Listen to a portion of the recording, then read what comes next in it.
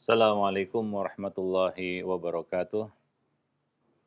Alhamdulillah, nahmaduhu wa nasta'inuhu wa nastaghfiruh. Wa na'udzu billahi min syururi anfusina wa sayyiati a'malina may yahdihillahu fala mudhillalah wa may yudlil fala hadiyalah. Asyhadu an la ilaha illallah wahdahu la syarikalah wa asyhadu anna Muhammadan abduhu wa rasuluh.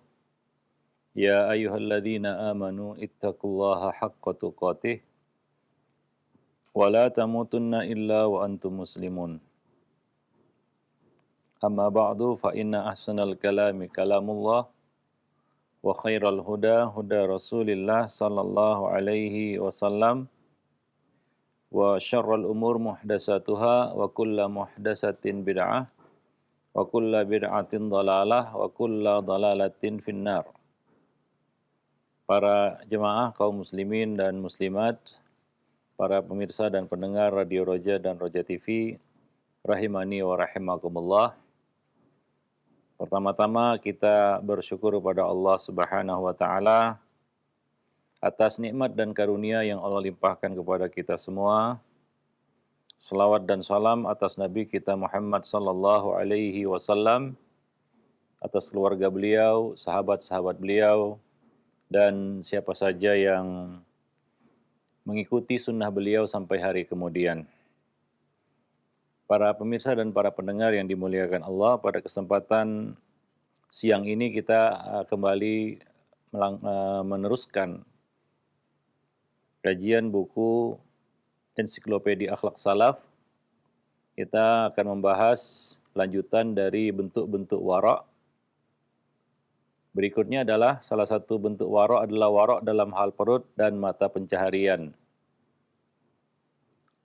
Dan biasanya ini adalah asal dari wara' itu, yaitu wara' di dalam hal rezeki. Apa-apa yang masuk ke dalam tubuh kita. Nabi mengatakan dalam hadis, la yadkhulul jannah lahmun nabata min suhtin an-naru awla bihi. Tidak akan masuk surga daging yang tumbuh dari rezeki yang haram. Neraka lebih pantas untuknya. Maka dari itu perlu kita memiliki sifat wara' di dalam hal perut dan mata pencaharian, yaitu dengan menjaga kehalalan segala sesuatu yang masuk ke dalam tubuh kita, ke dalam rumah kita, baik berupa makanan, minuman, maupun harta. Orang yang bersikap wara' terhadap perutnya, maka dia akan berhati-hati tidak akan mengonsumsi sesuatu yang jelas-jelas haram, maupun yang masih syubhat. Baik itu makanan yang memang diharamkan oleh Allah Subhanahu wa taala dan Rasul-Nya, ataupun perkara-perkara yang asalnya halal akan tetapi diperoleh dengan cara yang haram. Maka dia tidak halal kita makan karena bukan hak kita. Dalam hal ini Nabi SAW bersabda, Inna awwala ma yuntinu minal insani batnuhu. Faman istata'a ayyakula illa tayyiban falyaf'al. Hadis riwayat Bukhari. Nabi berkata, sesungguhnya bagian tubuh manusia yang pertama kali busuk adalah perutnya. Oleh karena itu, siapa yang mampu untuk tidak mengonsumsi makanan selain makanan yang baik-baik saja, maka hendaklah ia melakukannya. Maka Allah Subhanahu wa taala menghalalkan at-thayyibat. Ya ayyuhar rusul, kulu minat thayyibat. Demikian juga orang-orang yang beriman Allah perintahkan, ya ayyuhalladzina amanu kulu min thayyibati ma razaqnakum. Wahai para rasul, hendaklah kalian ataupun kamu memakan makanan yang baik-baik. Demikian juga orang-orang yang beriman. Allah menyuruh mereka, wahai orang-orang yang beriman, makanlah dari rezeki yang baik-baik. Jadi di samping halal juga baik bagi kita. Maka Nabi Shallallahu Alaihi Wasallam menjelaskan di sini bahaya perut, apalagi yang masuk itu adalah perkara-perkara yang haram. Kita tahu bahwa perkara-perkara yang haram itu pasti membawa mudarat bagi tubuh kita. Dan bisa jadi makanan yang haram itu menjadi sumber penyakit. Menjadi sumber penyakit. Baik itu penyakit jasmani maupun penyakit rohani. Kalau makanan-makanan yang diharamkan oleh Allah Subhanahu wa taala, misalnya daging babi yang Allah halalkan, bangkai yang Allah haramkan, bangkai dan sejenisnya, darah, itu pasti membawa mudarat bagi tubuh kita. Tidak baik dikonsumsi oleh manusia. Maka Allah mengharamkannya pasti membawa mudarat. Ya, banyak mengandung penyakit-penyakit. Ya, seperti mungkin salah satu sebab wabah pandemi virus yang beredar di tengah-tengah manusia itu karena makan makanan yang diharamkan. Kemudian virus-virus itu pindah ke tubuh manusia. Maka dari itu di dalam Islam, kita diatur segala hal yang berkaitan dengan makan, karena makan itu bukanlah perkara yang simple. Manusia perlu makan untuk hidup. Maka Allah Subhanahu wa taala mengatur dengan ketat urusan makan. Mulai dari cara makan, bagaimana mencari makan, apa yang boleh dimakan, bagaimana cara makan, bahkan mengolah makanan. Dalam Islam itu diatur. Begitu detailnya Islam mengatur setiap sendi kehidupan manusia. Karena memang Islam diturunkan untuk kemaslahatan manusia.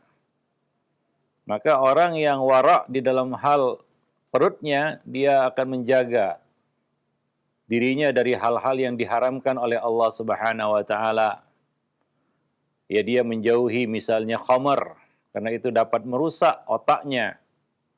Dia menjauhi bangkai dan babi dan darah karena itu dapat merusak tubuhnya. Para pemirsa dan para pendengar yang dimuliakan Allah. Adapun makanan-makanan yang sebenarnya halal tapi haram karena dicari atau didapat dengan cara yang haram, ini dapat merusak rohani seseorang. Banyak penyakit-penyakit rohani itu disebabkan rezeki yang haram. Seperti yang Allah Subhanahu wa taala sebutkan di dalam surat Al-Maidah ayat 42, yaitu tentang sifat-sifat Yahudi. Allah mengecam mereka karena mereka suka memakan harta yang haram. Allah Subhanahu wa taala berfirman, "Samma'una lil kadhibi akkaluna lis-suhti." Orang-orang Yahudi itu adalah orang-orang yang suka mendengar berita bohong. Berita-berita ghibah, fitnah, mereka suka mendengarkannya. Kabar-kabar burung, isu-isu, hoax, mereka suka mendengarkannya. Dan banyak memakan harta yang haram. Al-Imamul Qurtubi di dalam tafsirnya mengatakan bahwa salah satu bentuk memakan yang haram yang dilakukan oleh orang-orang Yahudi itu adalah menerima suap. Rezeki yang haram itu berpengaruh kepada perilaku mereka. Banyak penyakit-penyakit rohani pada diri mereka. Seperti kenyinyiran mereka, keras kepala mereka, kesombongan mereka, hasad yang ada di tengah-tengah mereka, itu adalah buah dari, hasil dari rezeki yang haram tadi. Akibat dari rezeki yang haram tadi. Muncullah penyakit-penyakit rohani. Maka makanan yang haram, baik itu zatnya ataupun karena cara mencarinya yang haram, itu akan menimbulkan banyak penyakit-penyakit pada diri manusia. Mulai dari penyakit-penyakit jasmani sampai penyakit-penyakit rohani. Maka kalau kita ingin sehat jasmani dan rohani, pastikan makanan yang kita makan itu adalah yang halal. Makanan yang thayyib, yang baik bagi kita. Dan apabila kita ingin terhindar dari penyakit-penyakit rohani, maka pastikan makanan yang kita makan itu adalah berasal dari rezeki yang halal, bukan dari yang haram. Karena rezeki yang haram seperti yang terjadi pada orang-orang Yahudi itu berdampak pada perilaku mereka. Ya seperti orang yang suka makan riba, maka Allah Subhanahu wa taala menggambarkan mereka seperti orang yang kerasukan setan. Ya, kerasukan setan. Tidak pernah merasa puas.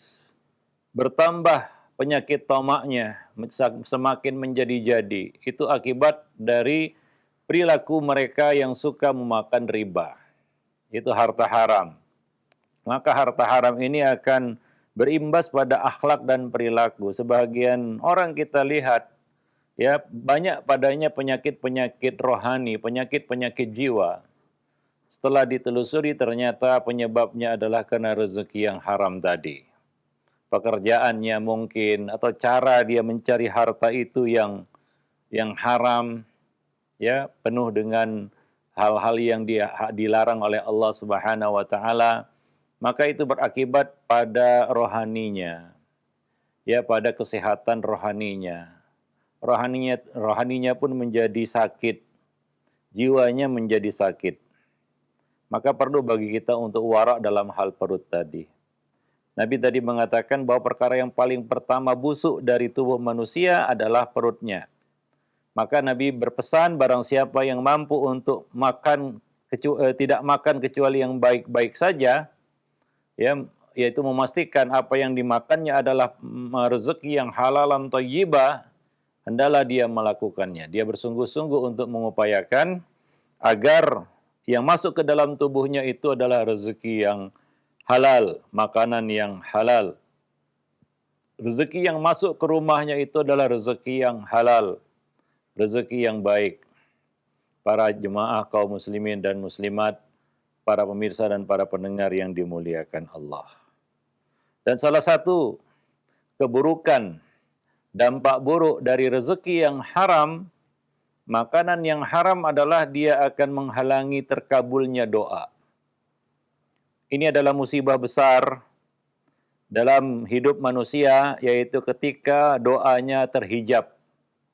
Doanya terhalang. Apa yang bisa dia lakukan jika doanya ternyata terhalang, terhijab?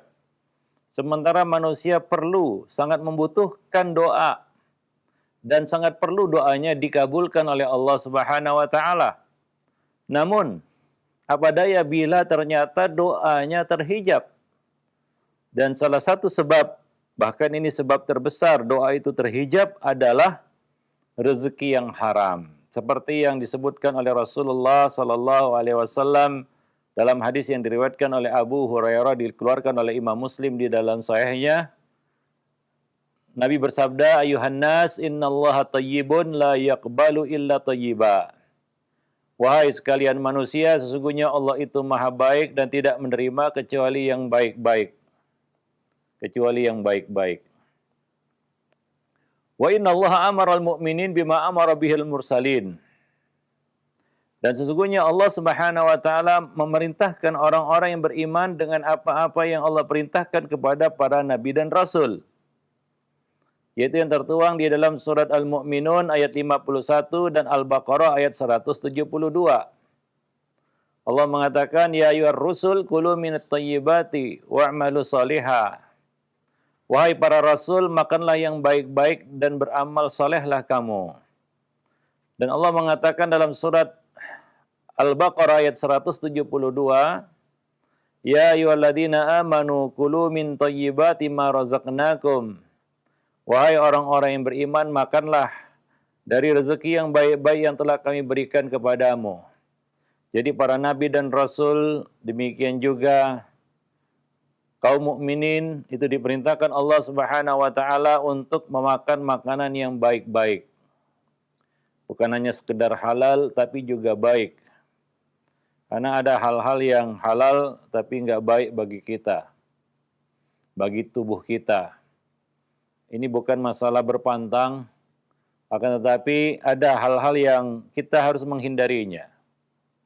Misalnya orang yang sudah ada penyakit atau usianya sudah beranjak tua, masuk usia senja, 40 tahun ke atas biasanya, banyak hal-hal yang dia harus membatasi diri darinya. Ya misalnya orang yang sudah kena diabetes, maka dia hendaknya membatasi diri dari memakan makanan yang memiliki kadar karbohidrat yang tinggi, misalnya nasi, gula, dan sejenisnya. Dia menghindari dan dia membatasi diri dari itu. Karena kalau dia mengkonsumsi itu dalam kadar yang banyak, itu akan memperburuk keadaan dirinya. Itu akan memicu penyakit itu lebih parah lagi. Maka dia menahan diri. Ya, beberapa penyakit itu mengharuskan kita untuk menjaga diri dari beberapa perkara yang bisa memperparah keadaan. Ya, bagi dia itu tidak baik, bagi orang lain mungkin baik, tapi bagi dia, bagi orang-orang yang sudah terkena penyakit tadi, maka itu tidak baik baginya. Sehingga ada riwayat Nabi ya menahan diri untuk memakan dab, ya sejenis ya kadal yang hidup di gurun, bukan biawak ya, beda. Itu Nabi menahan diri darinya. Kenapa? Karena Nabi tidak biasa memakannya, bukan karena haram. Tapi kalau Nabi memakannya karena tidak biasa, itu bisa mungkin menimbulkan keburukan pada diri beliau. Boleh jadi keracunan. Ya, karena tidak terbiasa memakan itu. Maka dia membatasi diri dari makanan itu. Apabila dia tidak terbiasa memakannya. Seperti Nabi SAW, beliau membatasi diri dari dhab karena tidak terbiasa memakannya. Sebagai contoh orang yang nggak biasa makan cabai ya, tentunya dia jangan coba-coba makan cabai dalam porsi yang banyak, itu bisa menyebabkan perutnya sakit. Beda orang yang sudah terbiasa. Jadi tidak semua makanan itu baik bagi seseorang ya.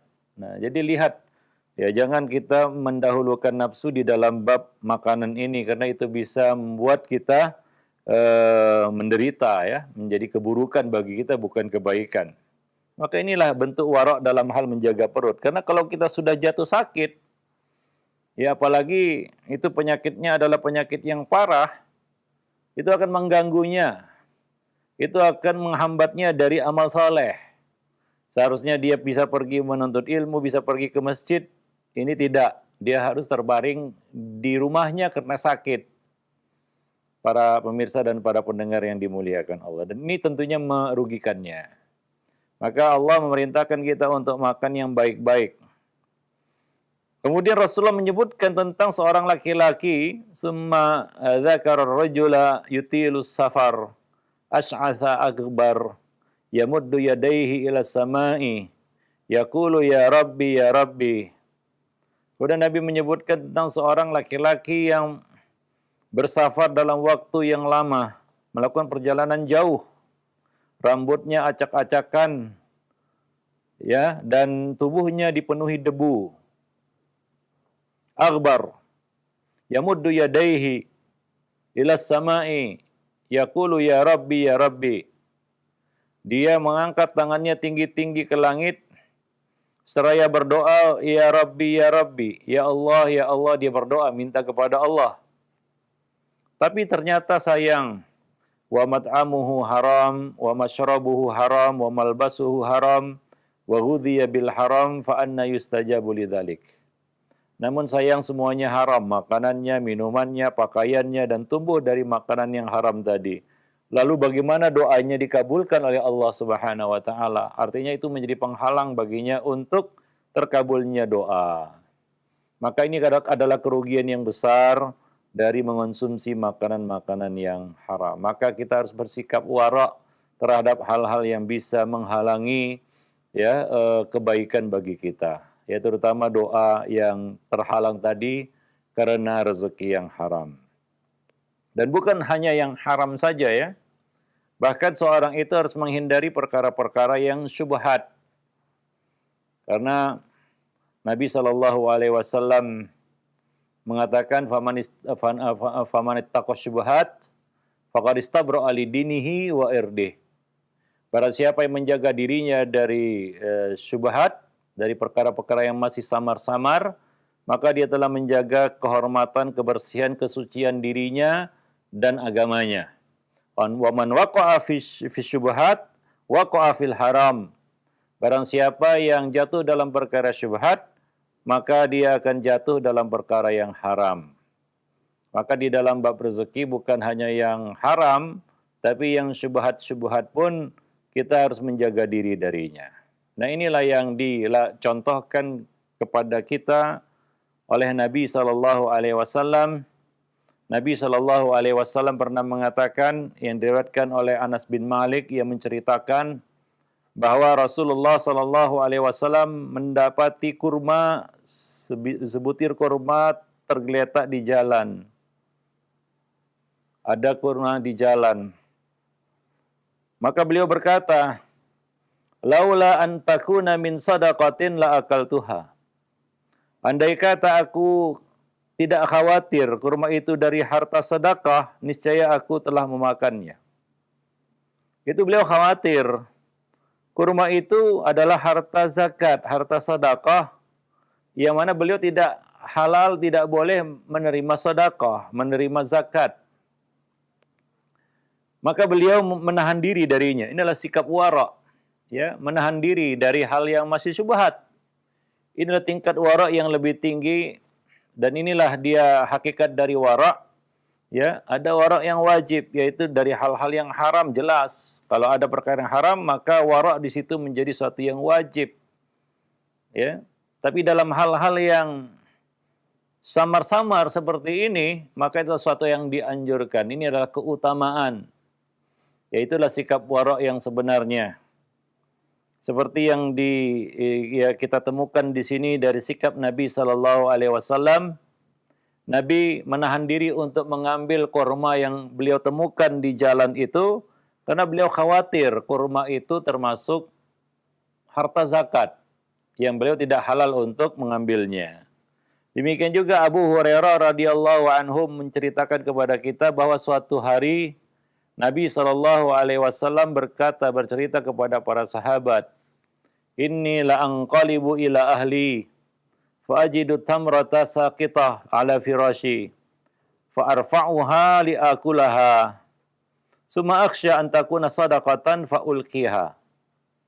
Saat pulang ke rumah tadi, aku mendapati sebutir kurma tergeletak di atas tempat tidurku. Tempat tidur Nabi, bukan tempat tidur orang.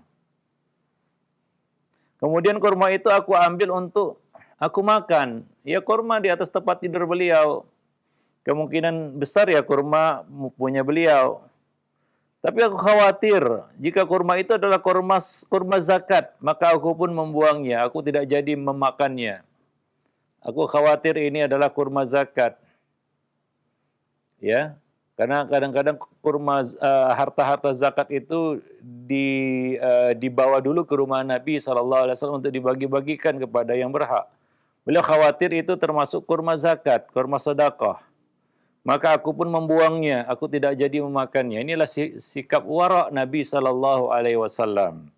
Beliau khawatir, ya, masuk ke dalam tubuh beliau perkara yang ataupun rezeki yang bukan hak beliau, atau perkara yang haram bagi beliau.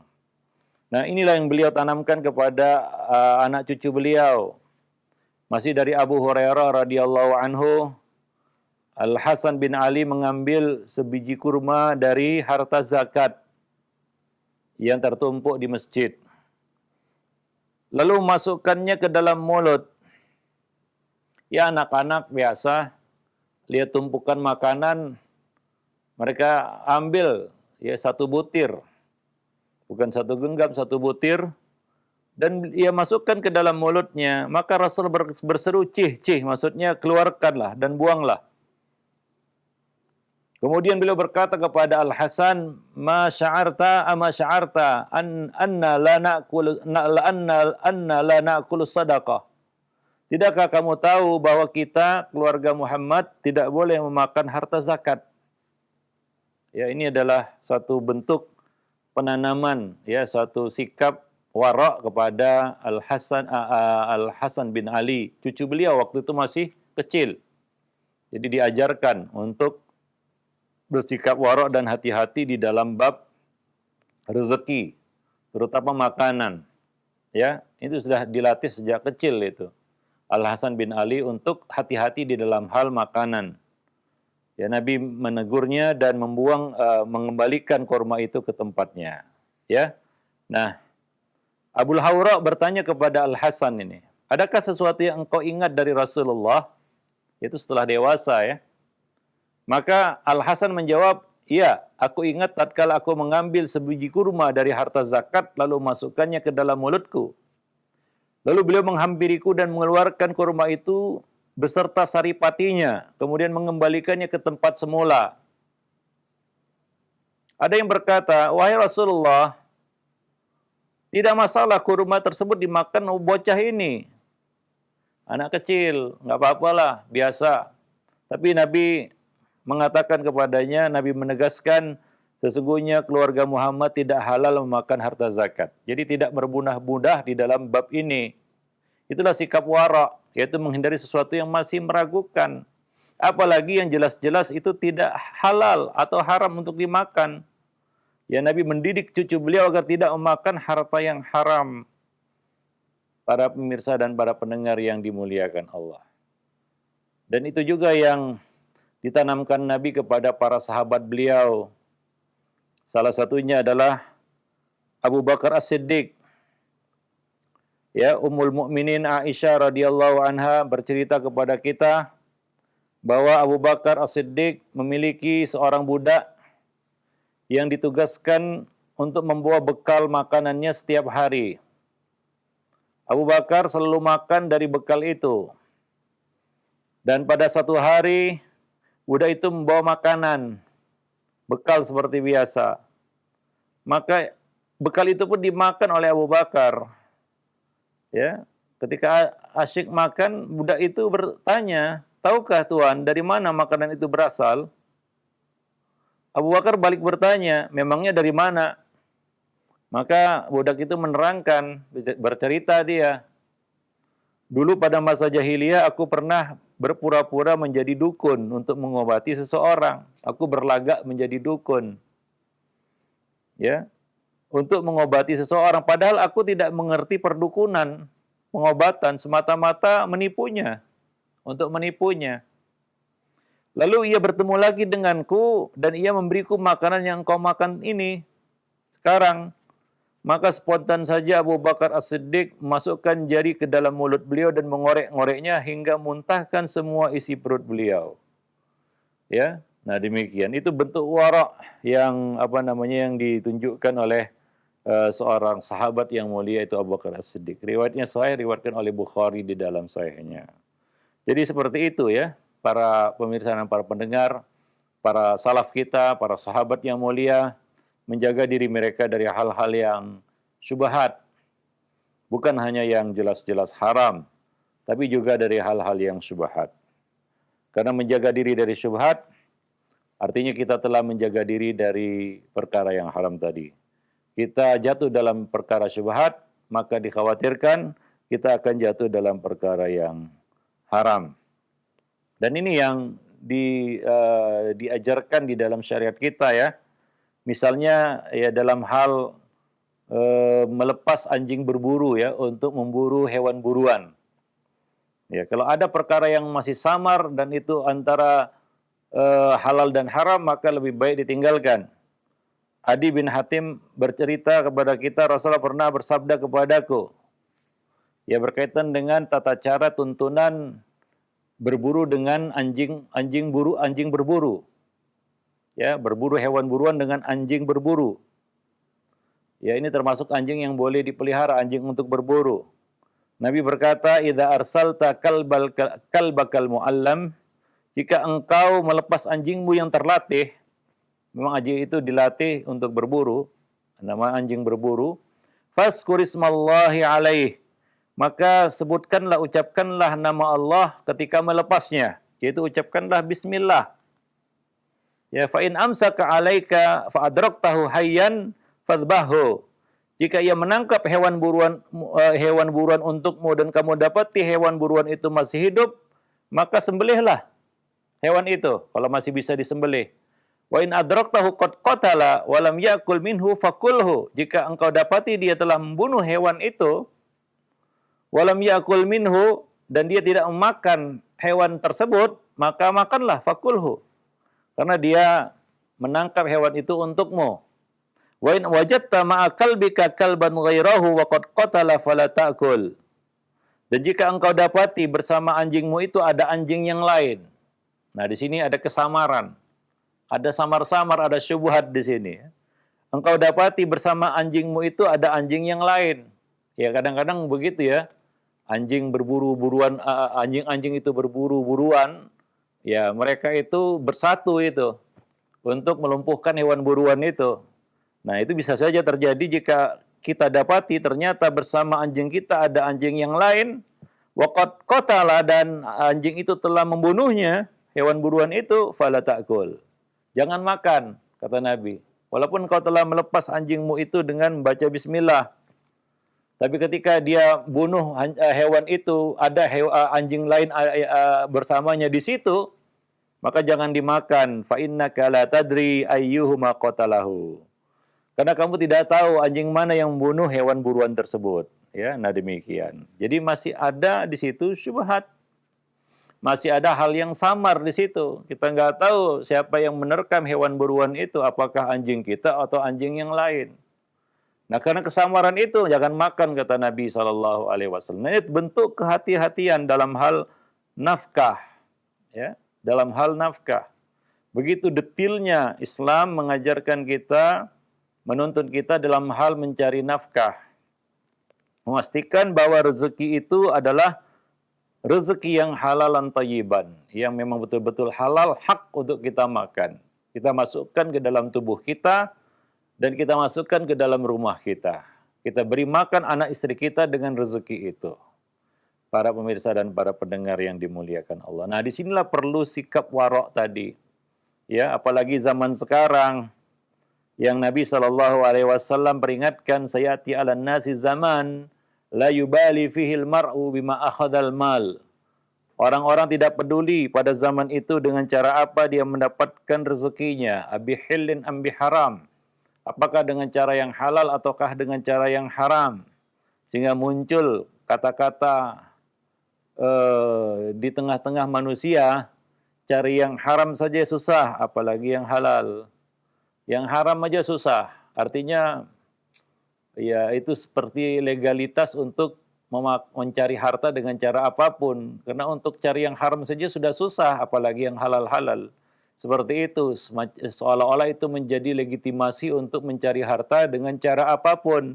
Akan datang, kata Nabi ya, zaman seperti itu. Mungkin apa yang dikatakan Nabi sudah ada di depan mata kita. Sudah ada di hadapan kita. Pada hari ini manusia tidak peduli dengan cara apa dia mencari hartanya. Ya, apalagi di masa-masa sulit, resesi dan lain sebagainya. Ya, menuntut ataupun memaksa seseorang untuk gelap mata di dalam hal mencari harta. Maka kita harus mempertebal wara', khususnya pada masa-masa fitnah seperti hari ini. Dan tentunya wara' itu harus dibangun di atas kesabaran gitu. Memang kuncinya semua adalah sabar. Sabar itu adalah dasar dari banyak akhlak-akhlak yang mulia, termasuk wara'. Ya, sepertinya susah untuk wara' kalau tidak memiliki kesabaran. Ya, susah untuk cerita wara' kalau kita tidak memiliki kesabaran. Menahan diri dari hal-hal yang syubhat, bukan hanya yang haram. Para pemirsa dan para pendengar yang dimuliakan Allah. Ya. Nah, jadi wara' dalam mata pencarian ini adalah menghindari pekerjaan yang diharamkan ataupun yang masih diragukan kehalalannya. Ya, termasuk yang diharamkan adalah perbuatan meminta-minta. Itu diharamkan, ya, itu mencari harta dengan cara yang dilarang juga. Dalam Islam tidak boleh kita mengemis. Jadi mengemis itu adalah pekerjaan yang tidak dibenarkan. Ya, dilarang di dalam syariat. Tapi sedihnya kita hari ini seolah-olah perbuatan mengemis itu diidentikan dengan agama Islam. Sehingga kalau peminta-minta itu harus memakai atribut Islam. ya, seolah-olah dalam Islam itu adalah satu pekerjaan yang legal padahal ilegal. Tidak dibenarkan, Islam tidak mengajarkan seperti itu, yaitu mengemis dan meminta-minta. Para pemirsa dan para pendengar yang dimuliakan Allah, ya. Maka Abdullah bin Amr meriwayatkan kepada kita ya bahwa Rasulullah pernah bersabda, arba'un idza kunna fika fala 'alaika ma fataka minad dunya.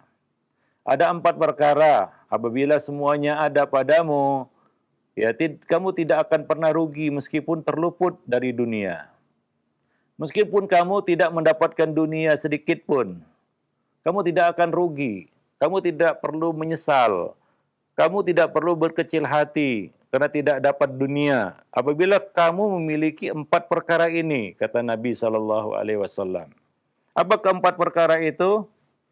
Hifdzu amanah, wa sidqu hadis, wa husnu khaliqah, wa iffatu tu'mah. Keempat perkara itu yang pertama adalah jujur dalam bertutur kata. Yang pertama adalah hifdzu amanah, menjaga amanah. Yaitu menjadi orang yang amanah. Melakukan tugas dan tanggung jawab dengan amanah. Itu yang pertama. Yang kedua, sidqu hadis, jujur dalam berkata-kata. Ya, menjadi orang yang jujur. Kemudian husnu khaliqah, akhlak yang mulia. Dan yang terakhir adalah iffatu tu'mah. Ya, mengkonsumsi makanan yang halal. Ya. Mengkonsumsi makanan yang halal, yaitu berhati-hati dari rezeki-rezeki yang haram. Iffah, menjaga kehormatan diri di dalam hal makanan, yaitu tidak mengonsumsi kecuali yang jelas-jelas halal. Nah, itu 4 perkara yang apabila itu ada pada dirimu, maka kamu tidak perlu berkecil hati jika Allah tidak memberikan dunia kepadamu. Ya, Allah Subhanahu wa taala tidak memberikan harta dunia yang melimpah kepadamu. Para pemirsa dan para pendengar yang dimuliakan Allah. Demikian juga Abu Hurairah meriwayatkan kepada kita bahwa Nabi bersabda, la ya'khudha ahadukum hablahu thumma yaghdu ilal jabali fayahtatibu fayabi' fayakula wa yatasaddaq khairun lahu min ayyas'alan nas. Ya, apabila salah seorang dari kamu mengambil seutas tali, kemudian ia pergi ke gunung untuk mencari kayu bakar, yaghdu ilal jabal fayahtatib. Dia pergi ke puncak ke gunung untuk mencari kayu bakar. Kemudian fayabi', dia menjualnya. Ya, menjual kayu bakar itu. Lalu ia makan dari hasil penjualannya. Atau sebagian dia sedekahkan. Maka pekerjaan itu lebih baik daripada ia meminta-minta kepada manusia. Baik diberi maupun ditolak. Karena kalau meminta-minta ini kadang-kadang diberi, ya kebanyakannya sering ditolak begitu ya. Nah, diberi maupun ditolak sama-sama hina, ya. Ditolak hina, diberi juga itu adalah suatu kehinaan.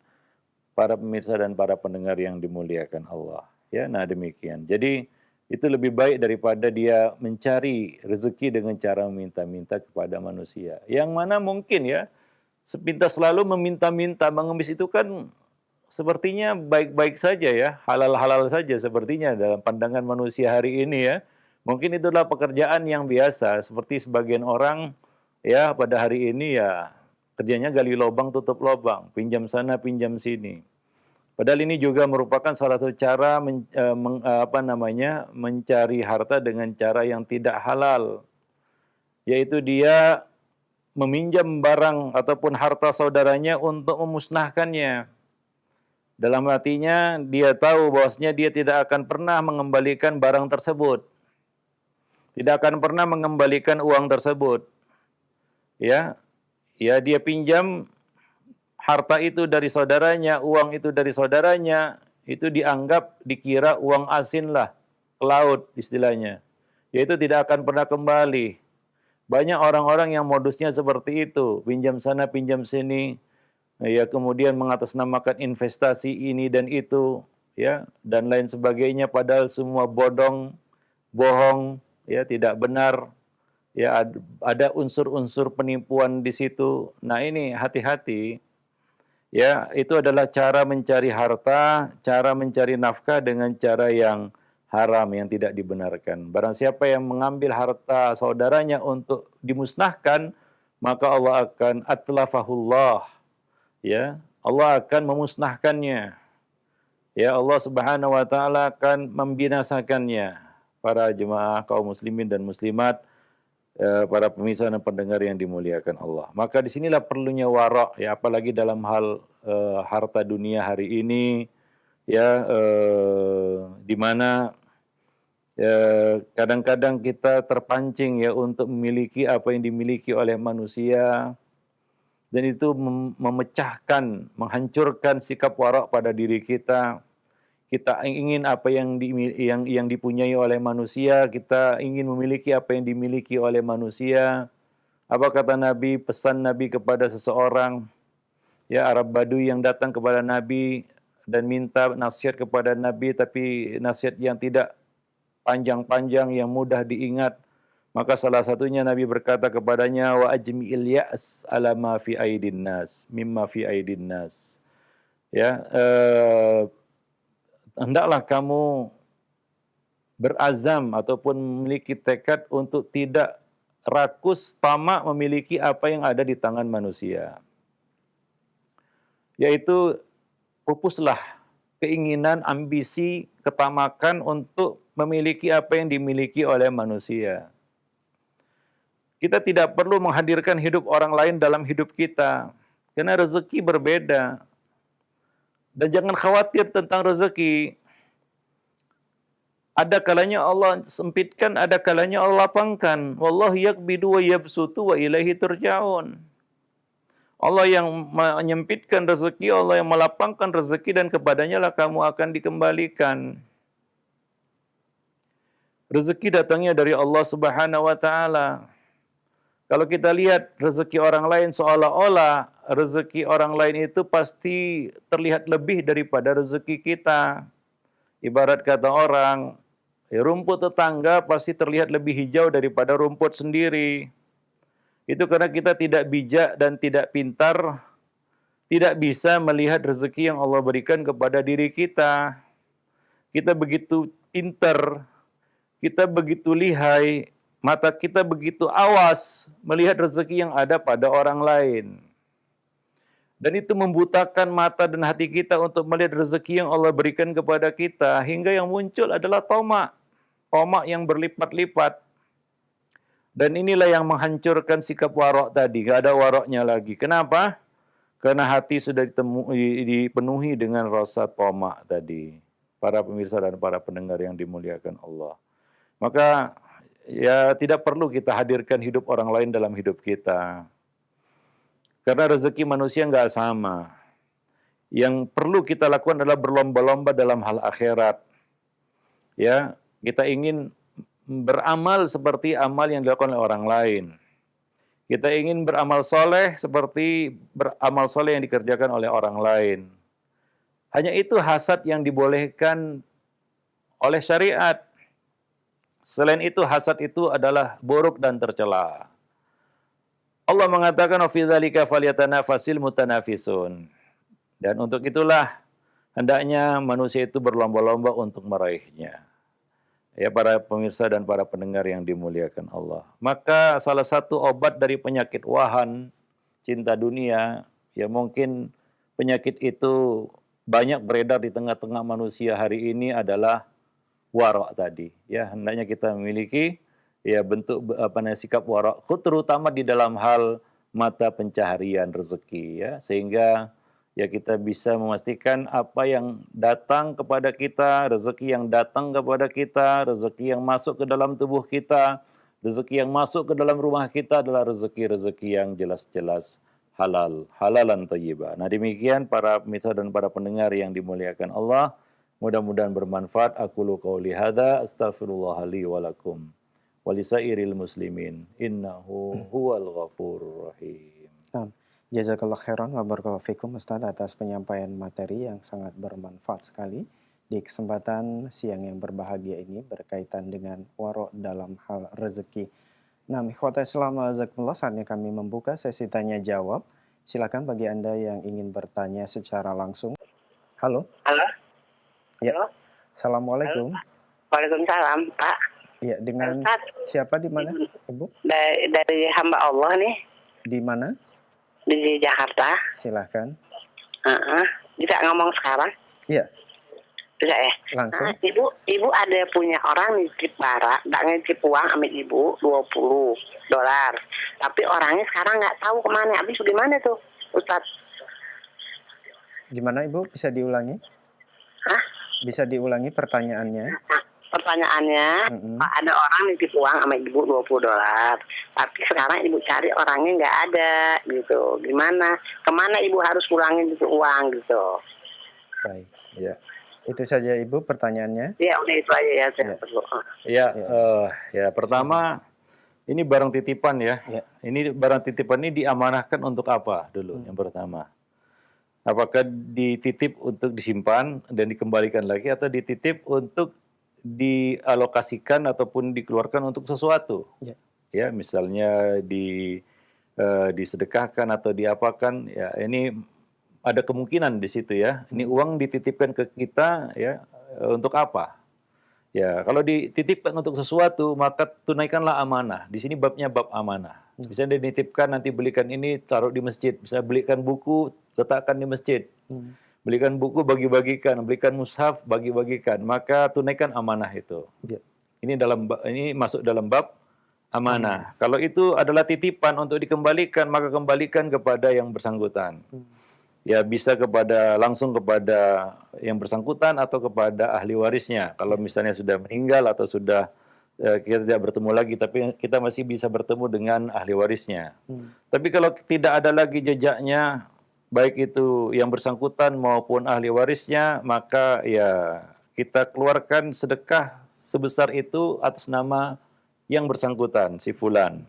Ya, dengan catatan ini, bahwa itu tidak menggugurkan hak dia. Ketika dia kembali dan menuntutnya, maka kita tidak bisa mengatakan, wah sudah saya sedekahkan. Ya, kalau dia mengatakan nggak mengapa, ya selesai, putus ya masalahnya. Ya dia ridho berarti. Tapi kalau dia tetap, saya tidak ada suruh kamu untuk menyedekahkan, saya mau kembali $20, ya kembalikanlah $20 itu. Dan apa yang kita sudah keluarkan $20 yang kita sedekahkan atas namanya itu jatuh atas nama kita. Nah demikian ya. Jadi ingat ketika kita keluarkan itu sebagai sedekah atas nama si fulan tadi, itu tidak menggugurkan hak dia. Ya, dia tetap punya hak itu jika nanti misalnya boleh jadi ketemu lagi ya. Wah, lalu dia menuntut dia masih ingat $20-nya kan begitu ya. Lalu kita katakan, wah saya sudah sedekahkan itu. Lalu dia mengatakan, wah saya tidak suruh Anda untuk menyedekahkannya. Saya minta $20 itu. Maka ya kita berkewajiban untuk mengembalikannya. Nah demikian. Wallah. Kecuali dia ridho ya, udah nggak apa-apa. Itu jadi amal dia dan juga menjadi salah satu wasilah kebaikan dari kita untuk dia. Nah demikian. Wallahu a'lam bishawab. Baik, Ya. jazakallah khairan Ustaz atas jawabannya. Semoga bermanfaat untuk Ibu yang bertanya yang ada di Jakarta. Nah, kami beralih ke pertanyaan melalui pesan singkat. Assalamualaikum warahmatullahi wabarakatuh, Ustaz. Ustaz dari Ibu Meli, apakah takdir dengan nasib itu sama, Ustaz? Misalnya kita dalam kesulitan dalam mencari rezeki, kata orang-orang itu sudah nasibmu jadi orang miskin. Mohon nasihatnya, Ustaz. Iya, itu bahasa Indonesia, bahasa Arab sama aja ya. Enggak, walaupun dibedakan sedikit perbedaannya. Ya, nasib, takdir itu sama sebenarnya. Ya, apa yang didapat oleh manusia di dalam hidupnya itu adalah takdirnya, sudah tertulis di Lauhul Mahfuz apa yang dia dapat dan apa yang tidak dia dapatkan.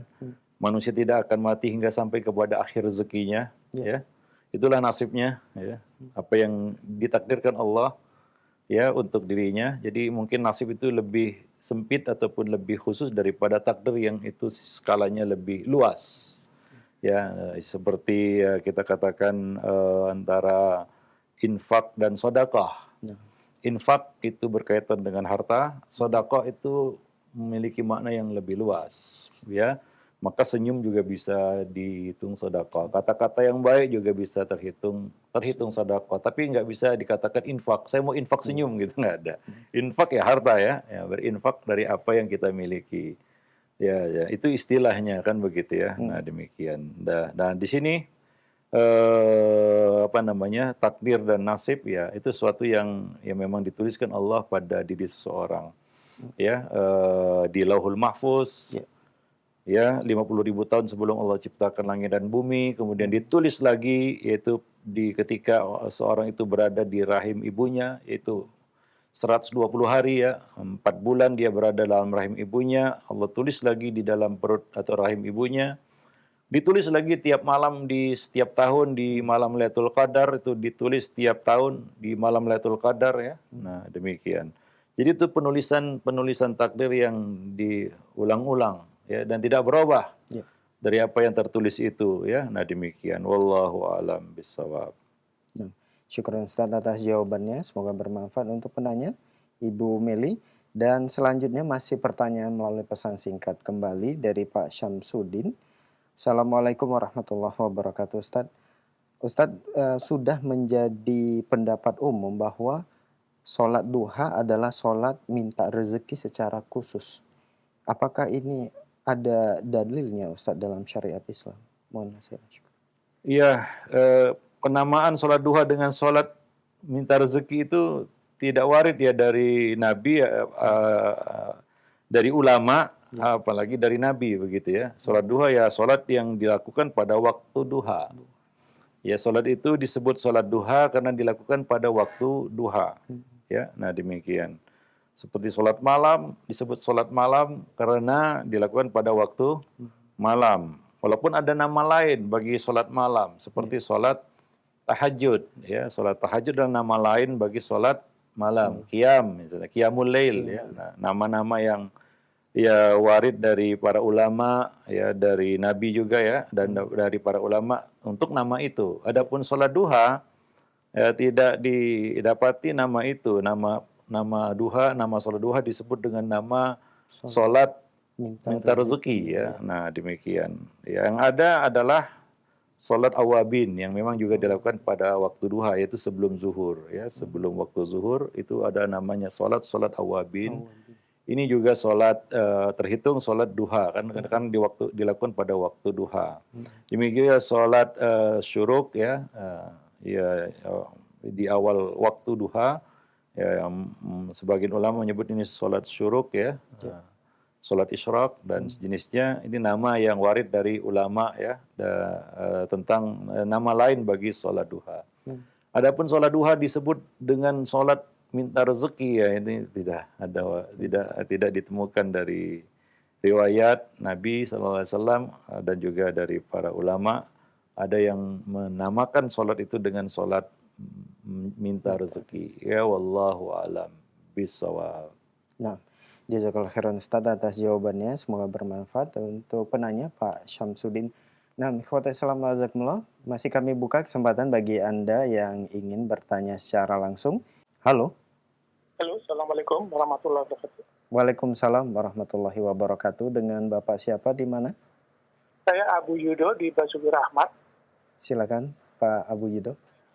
Ya Ustaz, maaf menanyakan, saya punya kurma yang berlebih hingga ada kutunya. Kemudian saya microwave, mati semua, tetapi sulit untuk memisahkan kutu kurma dengan kurmanya. Apakah saya makan atau saya buang?